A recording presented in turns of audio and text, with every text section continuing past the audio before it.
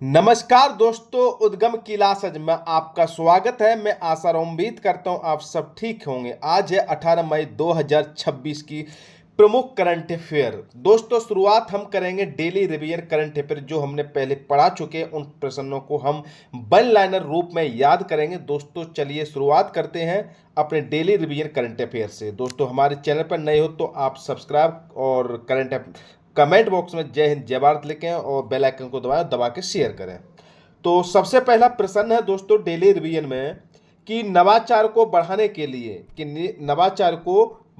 के लिए बौद्धिक संपदा आईपी कैटालिस्ट पहल किसने शुरू की है। दोस्तों कौन सी है? नवाचार को बढ़ाने के लिए बौद्धिक संपदा आईपी कैटालिस्ट पहल किसने शुरू की है? तो ये आपकी है इलेक्ट्रॉनिक्स सूचना प्रौद्योगिकी मंत्रालय ने ये पहल प्रारंभ की गई है। दोस्तों दूसरा प्रश्न है कि काल भैरव नामक भारत के पहले ऑटोनॉमस लड़ाकू विमान का उत्पादन कहाँ किया जा रहा है? तो आपका राइट आंसर है दोस्तों, उत्तर है पुर्तगाल में इसका निर्माण किया जा रहा है।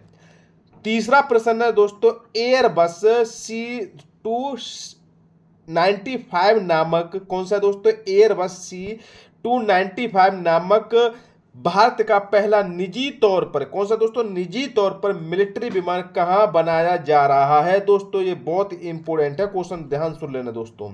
तो आपका ये बड़ौदा में बनाया जा रहा है। प्रश्न है दोस्तों आपका कि पश्चिम बंगाल विधानसभा का नया अध्यक्ष या स्पीकर किसे नियुक्त किया गया है? तो आपका उत्तर है दोस्तों रतिंद्र बोस को नियुक्त किया गया है पश्चिम बंगाल विधानसभा का नया स्पीकर या अध्यक्ष।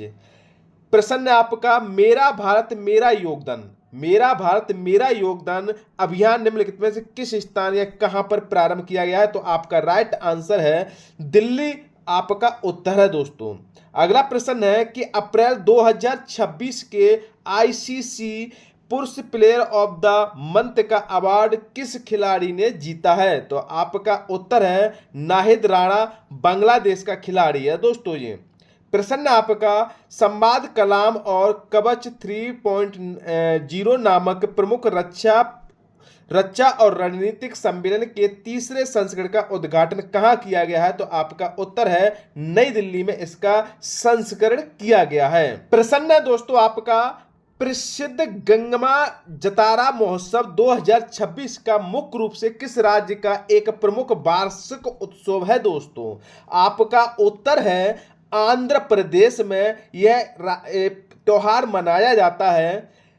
प्रश्न आपका दक्षिण एशियाई भारोत्तोलन महासंघ का अध्यक्ष किसे नियुक्त किया गया है? तो आपका उत्तर है सहदेव यादव को नियुक्त किया गया है। नवीनतम हैंडले पासपोर्ट इंडेक्स 2026 में भारत का कौन सा स्थान या भारत की कौन सी रैंक प्राप्त की है भारत ने? तो यहां पर 78वां स्थान या 78वीं रैंक भारत ने हैंडले पासपोर्ट इंडेक्स 2026 में प्राप्त की है। प्रश्न आपका हाल ही में किस केंद्र शासित प्रदेश में लगभग 14,000 फीट की ऊंचाई पर एक सिंचाई नहर का उद्घाटन किया गया है? तो आपका उत्तर है लद्दाख में इसका निर्माण या उद्घाटन किया गया है। दोस्तों अब पढ़ेंगे हम 18 मई 2026 का करंट अफेयर का महत्वपूर्ण चैप्टर। हम इसमें आपको अलग अलग तरह से प्रश्न बनाना, अलग अलग तरह से प्रश्न देंगे और उनको हल भी करेंगे और विवरण के साथ फैक्ट के साथ हम याद करने के तरीका सीखेंगे जो एग्जाम वाला कहीं से भी रख सकता है। कोई टेंशन नहीं, बस एक बार दो बार क्लास को नोट कर लीजिए और याद भी कर लीजिए, आपका काम हो जाएगा दोस्तों। चलिए करंट अफेयर 2026 का पहला क्वेश्चन दोस्तों। तो आपका पहला प्रश्न है कि भारत के पहले सैटेलाइट टैंक गंगा कौन सा? दोस्तों इंपोर्टेंट है दोस्तों, आपका ये ध्यान सुन लेना। भारत के पहले satellite tank Ganga soft lace कछुए को निम्नलिखित में से किस स्थान पर रिलीज किया गया, मान लो छोड़ा गया है दोस्तों? तो याद रखना इंपोर्टेंट क्वेश्चन है दोस्तों, आपका बहुत ही इंपोर्टेंट। तो आपका चार उत्तर है, तो चार में ए बी सी डी में तो उत्तर कौन सा है कमेंट सेक्शन में आप अपना जवाब दीजिए। तो दोस्तों यहां पर आपका राइट आंसर है काजीरंगा नेशनल पार्क असम में सैटेलाइट टैंगड़ा गंगा सॉफ्टलेस कछुए को छोड़ा गया है दोस्तों। इतना याद होगा। चलिए इसको विस्तार से समझते हैं, पढ़ते हैं और सॉफ्ट नोट्स भी बना रहे हैं। तो उद्देश्य है कछुओं की गतिविधि। क्या है दोस्तों इसका उद्देश्य है कि कछुओं की गतिविधि और उनके संरक्षण पर अध्ययन करना है। कछुए की प्रजाति कौन सी है? गंगा सॉफ्ट सेल कछुआ, ये प्रजाति का नाम है दोस्तों। हमारे कहां पर है? Kaziranga national park. इतना याद करना, नोट कर लेना। चलिए इसको विस्तार से समझते हैं दोस्तों। इस कछुए की प्रजाति का वैज्ञानिक नाम क्या है? तो देखो, प्रजाति आपकी गंगा सॉफ्ट सेल कछुआ है और इसका वैज्ञानिक नाम है निल्सोनिया गंगटैका। इसका वैज्ञानिक नाम है। उसे IUCN ने रेड लिस्ट में डाला गया है क्योंकि ये लुप्त प्राय श्रेणी में रखा गया, क्योंकि कुछ ही रह गए हैं, ये मिटने वाले हैं, खत्म होने वाले हैं। तो इसको हम थोड़ा सा और पढ़ते अच्छी तरह से कि भारतीय वन्य संरक्षण अधिनियम। भारतीय वन्य संरक्षण अधिनियम कौन सा दोस्तों? 1872। इतना ध्यान रखना। इसे अनुसूची 1 में रखा गया है, 1 में डाला गया है और इसे यानी कि बाघ के समान सर्वोच्च सुरक्षा दी जाएगी। कहने के बाद कुछ ही प्राणी मान लो कि गंगा सॉफ्टलेस कछुए रह गए हैं दोस्तों, और इनको इस तरह से संभाला जाएगा जो कि इनकी सुरक्षा की जाएगी। सहयोगी संस्था कौन सी है? अभियान केंद्रीय पर्यावरण मंत्रालय के तहत भारतीय वन्य, मान लो केंद्रीय पर्यावरण मंत्रालय और भारतीय वन्य संस्थान और असम वन विभाग नेशनल जियोग्राफी सोसाइटी द्वारा संयुक्त रूप से इसे क्या किया गया? इसको कार्यक्रम को प्रारंभ किया गया। कौन सा? भारतीय पर्यावरण, केंद्रीय पर्यावरण और भारतीय वन्य संस्थान और असम वन विभाग और नेशनल जियोग्राफी सोसाइटी द्वारा ये क्या किया गया? इसको प्रारंभ किया गया है इस कछुए की प्रजाति को बचाने के लिए। वित्तीय सहायता नेशनल ज्योग्राफी सोसाइटी देगा। नेशनल ज्योग्राफी वित्तीय सहायता कौन देगा? नेशनल ज्योग्राफी सोसाइटी देगा। यह नदियों में मृत, क्या कछुआ क्या करते हैं कि यह नदियों में मृत कार्बन पदार्थों को खाकर एक नेचुरल स्क्वेचर या सफाई कर्मी के रूप में कार्य करते हैं। इतना याद हो गया, नोट कर लिया। चलिए इसको और दोस्तों इसको प्रश्न को हल कीजिए और इसी में से हमने पढ़ाया है, उसी में से इसको बनाया है। तो कछुए के पारिस्थितिक महत्व के संदर्भ में निम्नलिखित कथनों पर विचार करें। तो पहला है कि गंगा सॉफ्ट सेल कछुए को केवल जलीय पौधों पर निर्भर रहने वाला एक शाकाहारी है। देखो यहाँ पर क्या है? शाकाहारी, केवल जलीय पौधों पर। ठीक है।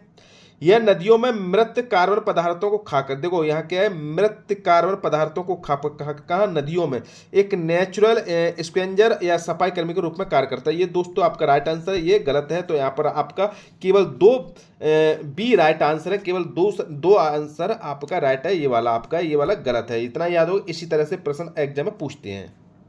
प्रश्न आपका दोस्तों, अंतर्राष्ट्रीय संग्रहालय दिवस हर साल किस तिथि को मनाया जाता है? तो आपका राइट आंसर क्या है? कमेंट सेक्शन में दीजिए। आपका राइट आंसर सी है, 18 मई को यह मनाया जाता है। कब दोस्तों? 18 मई को मनाया जाता है। 2026 की थीम क्या है आपकी? Museums uniting and divided world.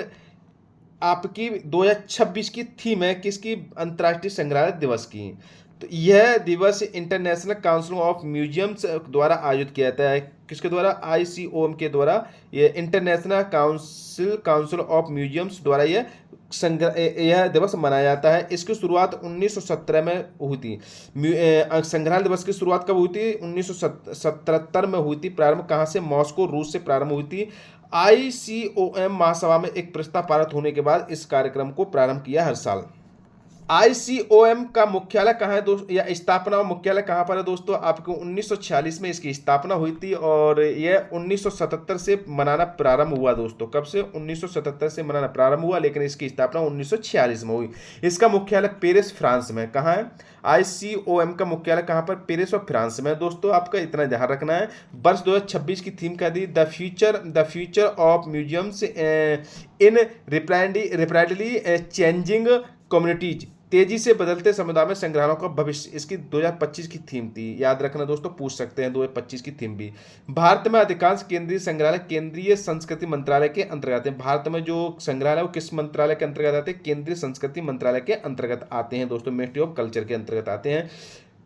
भारतीय संविधान की 7वीं अनुसूची के तहत भारतीय संविधान की कौन सी सूची के अंतर्गत आते हैं जो संग्रहालय? और 7वीं अनुसूची के तहत राष्ट्रीय महत्व के संग्रहालय और संस्थानों को इस सूची में रखा गया है। भारतीय संग्रहालय या इंडियन म्यूजियम का पहला भारत का सबसे पुराना संग्रहालय कौन सा है? कोलकाता में दोस्तों का है। भारतीय संग्रहालय या इंडियन म्यूजियम का कोलकाता भारत का सबसे पुराना संग्रहालय। इतना याद रखना दोस्तों। इस प्रश्न को हल कीजिए। अंतर्राष्ट्रीय संग्रहालय दिवस के संदर्भ में निम्नलिखित कथनों पर विचार कीजिए। आईएमडी के, तो आपका ए है, एक है, यह दिवस प्रतिवर्ष 18 मई यूनेस्को द्वारा आयोजित किया जाता है। दोस्तों यहाँ यूनेस्को द्वारा आयोजित किया जाता है। इसकी शुरुआत 1977 में हुई थी। आपका राइट आंसर दो है, ये गलत है। आपका यूनेस्को द्वारा नहीं मनाया जाता, ICOM के द्वारा मनाया जाता है। तो आपका राइट आंसर कौन सा है? बी होना चाहिए दोस्तों। यहाँ पर इतना याद हो गया। चलिए, 1 मई से 18 मई के महत्वपूर्ण दिवस दोस्तों, चलिए याद कर लीजिए, नोट कर लीजिए।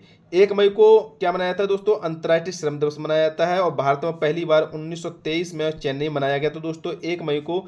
और क्या मनाया जाता है? गुजरात और महाराष्ट्र का स्थापना दिवस मनाया जाता है। 3 मई को प्रेस स्वतंत्रता दिवस मनाया जाता है दोस्तों। और 5 मई को विश्व हाथ स्वच्छता दिवस मनाया जाता है दोस्तों, याद करते रहना।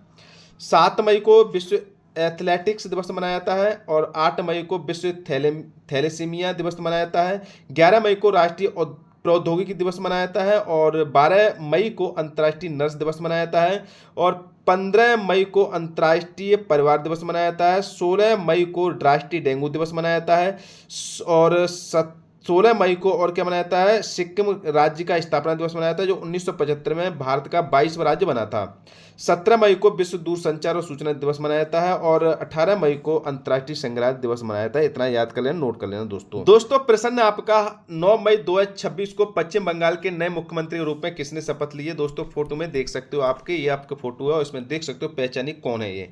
तो आपका राइट आंसर क्या कमेंट सेक्शन में दी, तो आपका राइट आंसर बी है, शुभेंद्र अधिकारी। शुभेंदु अधिकारी हैं आपके दोस्तों यहाँ पश्चिम बंगाल के नए मुख्यमंत्री के रूप में शपथ लिए। चलो इसको विस्तार से पश्चिम बंगाल और उनके बारे में विस्तार से पढ़ते हैं। बने रहिए, पूरी क्लास को अंत तक देखिए दोस्तों, ये आपकी इंपॉर्टेंट क्लास है। तो शुभेंद्र अधिकारी 9 मई 2026 को रविन्द्रनाथ टैगोर की जयंती के 9 मई अच्छा रविन्द्रनाथ टैगोर की जयंती कब मनाए थे? 9 मई को मनाए थे दोस्तों। आपको रविन्द्रनाथ टैगोर की जयंती के दिवस पर राज्य के कौन से 9वें मुख्यमंत्री के रूप में शपथ ली? कौन से दोस्तों? 9वें मुख्यमंत्री के रूप में रविन्द्रनाथ टैगोर की जयंती के और 9 मई को इन्होंने शपथ ली थी। ममता बनर्जी को इस सीट पर शुभेंद्र अधिकारी को 1,27,301 वोट मिले थे दोस्तों। कितने? 1,27,301 वोट मिले थे। यहाँ उन्होंने मुख्यमंत्री ममता बनर्जी को 15,105 वोटों के अंतर से हराया था और भिवानी सीट थी दोस्तों। चलिए, पश्चिम बंगाल राज्य की राज्य व्यवस्था दोस्तों आप पढ़ेंगे, पश्चिम बंगाल की राज्य व्यवस्था पढ़ेंगे दोस्तों। राज्य के पहले मुख्यमंत्री कौन थे? प्रफुल्ल चंद्र घोष थे दोस्तों। पश्चिम बंगाल के प्रथम मुख्यमंत्री कौन थे? प्रफुल्ल चंद्र घोष थे दोस्तों। तृणमूल कांग्रेस TMC का दौर वर्ष 2011 में ममता बनर्जी ने मुख्यमंत्री बनी थी दोस्तों। कब बनी थी? 2011 मुख्यमंत्री बनी थी। लगातार 15 वर्ष तक उन्होंने शासन किया। 2011 से 2026 तक उन्होंने शासन किया, 15 साल तक किया। राज्य की मुख्यमंत्री बनी रही दोस्तों।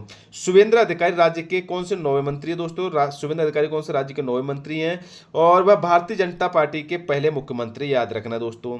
लोकसभा सीटें राज्य में कितनी है? आपकी 42 लोकसभा सीटें राज्य के अंतर्गत। सीटों की संख्या के मामले में उत्तर प्रदेश में 80 और महाराष्ट्र में 48 के बाद देश का तीसरा सबसे बड़ा राज्य कौन सा? पश्चिम बंगाल, लोकसभा सीटों के अंतराल में दोस्तों। 42 सीटें दोस्तों।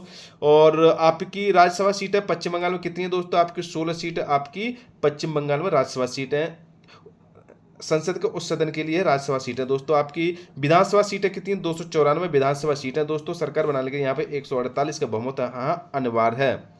स्थापना दिवस कब मनाया था? 26 जनवरी 1950 को इसकी स्थापना हुई दोस्तों। पश्चिम बंगाल इतिहास और ब्रिटिश काल।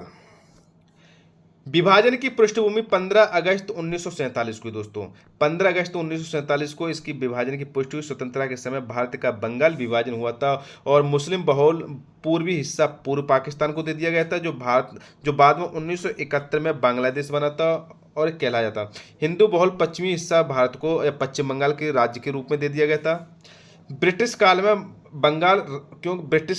बंगाल जो था राष्ट्रवाद और स्वतंत्र संग्राम का एक मुख्य केंद्र था दोस्तों। वर्ष 1911 तक भारत की राजधानी कोलकाता बनी रही और यह पहले कलकत्ता बोलते थे दोस्तों। ऐतिहासिक ब्रिटिश काल में बंगाल का विभाजन। ऐतिहासिक ब्रिटिश काल में बंगाल का विभाजन 16 अक्टूबर 1905 को प्रभावी हुआ था बंगाल विभाजन। यह भारत के इतिहास में ब्रिटिश सरकार की फूट डालो राजनीति के तहत था दोस्तों। भारत के तत्कालीन ब्रिटिश वायसराय लॉर्ड कर्जन ने 19 जुलाई 1905 को बंगाल विभाजन की घोषणा की दोस्तों। ये आपके मेन फैक्ट हैं, याद करते रहना, नोट्स कर लें और नोट करते रहना आप अपनी क्लास को एक या दो बार याद कर यह विभाजन 16 अक्टूबर 1905 को पूरे बंगाल प्रांत में लागू कर दिया। 16 अक्टूबर 1905 को बंगाल विभाजन पूरी तरह से हो चुका था। 16 अक्टूबर 1905 को पूरे बंगाल में शोक दिवस के रूप में मनाया गया और इसी दिन हिंदुओं मुसलमानों ने एक अटूट एकता बंधन दिखाने एकता दिखाने के लिए एक दूसरे की कलाई में क्या राखी बांधी। दोस्तों यहाँ पर बंगाल विभाजन के विरोध में स्वदेशी आंदोलन की शुरुआत हुई। बंगाल विभाजन के विरोध में स्वदेशी आंदोलन की शुरुआत हुई, जिसमें विदेशी कपड़ों और वस्तुओं को बहिष्कार किया गया और भारतीय उत्पादों को अपनाया गया। 12 दिसंबर 1911 को दिल्ली दरबार में दिल्ली दरबार कब लगा था? 12 दिसंबर 1911 को दिल्ली दरबार तत्कालीन ब्रिटिश सम्राट जॉर्ज पंचम ने बंगाल विभाजन को रद्द करने की घोषणा की और बंगाल को भाषी आधार पर फिर से एक कर दिया गया। इसी के साथ अंग्रेजों ने भारत की राजधानी को कलकत्ता से हटाकर दिल्ली स्थानांतरित कर दिया गया। प्रश्न है दोस्तों आपका, हाल ही में भारत ने वर्ष 2026 और 28 की अवधि के लिए किस अंतर्राष्ट्रीय तकनीकी बोर्ड की अध्यक्षता संभाली है? तो आपका राइट आंसर क्या है कमेंट सेक्शन में दिए ABCD। तो आपका यहाँ पर क्या है दोस्तों, आपका बी राइट आंसर है, common criteria development board CCDB को आपका अध्यक्षता संभाली है 2026 से लेकर 28 तक। इतना ध्यान रखना, नोट कर लेना। मैं आशा और उम्मीद करता हूं दोस्तों कि ये आपको क्लास बहुत अच्छी लगी होगी। अगर अच्छी लगी हो तो कमेंट सेक्शन में आप अपने जवाब और रुझान भेज सकते हो और दबा के शेयर कीजिए, दबा के लाइक कीजिए, दबा के कमेंट कीजिए दोस्तों। और हम इसी आशा उम्मीद में लगे हैं कि आप अपनी सरकारी जॉब में कब अपने माता पिता का सपना साकार करके उनको सर पे और कंधों पर आप सितारे और टोपी रखोगे और सम्मान से सल्यूट करोगे। दोस्तों हमें खुशी होगी कि आप हमारी वीडियो के माध्यम से कुछ प्रश्न को हल करके अपने एग्जाम की उत्तर पुस्तिका में आप सही राइट आंसर करके आओगे। तो चलिए, हमें खुशी है कि आप वीडियो को देख रहे हो और लाइक की कमेंट भी कर रहे हो। दोस्तों प्यार इसी तरह से बनाए रखें। धन्यवाद।